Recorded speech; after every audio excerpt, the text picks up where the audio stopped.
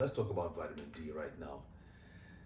Once we started, when I started researching this, I realized that I showed a slide earlier on that shows that black people have to more subject to certain diseases like breast cancer, prostate cancer, um, heart disease, multiple sclerosis, and so on and so forth. We found out that those same conditions are conditions in which people have low vitamin D levels. So low vitamin D levels if I can basically put the map on top of themselves and they'll be identical. If you have low vitamin D levels, you are more likely to have the same diseases that black people tend to have more of than white people. So vitamin D plays a huge role. And it's not just about being black. If you're overweight, if you're older, if you're inactive, if you're not in the sun, if it's winter, for instance, this whole thing with COVID-19, it gets worse in the winter, right? It gets even worse for black people.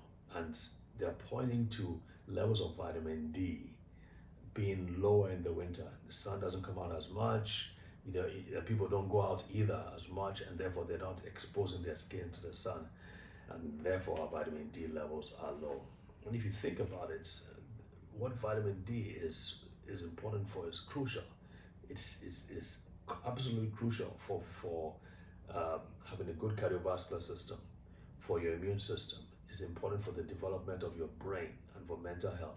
It's important for the maturation of your musculoskeletal system, your bones and your muscles. And of course, it's important for your gastrointestinal health, your gut, your intestines. It is so important for those things. So if your vitamin D levels are low, it's a good chance that your immune system will not be working like it should. And the one thing that is standing between you and cancer is a functioning immune system. If your immune system is optimal, it will be less likely for you to have cancer than if your immune system was not optimal. And I have a picture in front of you of two mice or two pups.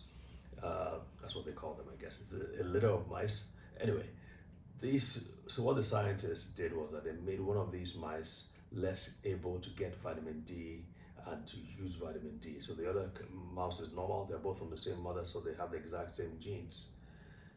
Over a period of time, about 5 months, you can see the difference in the picture below.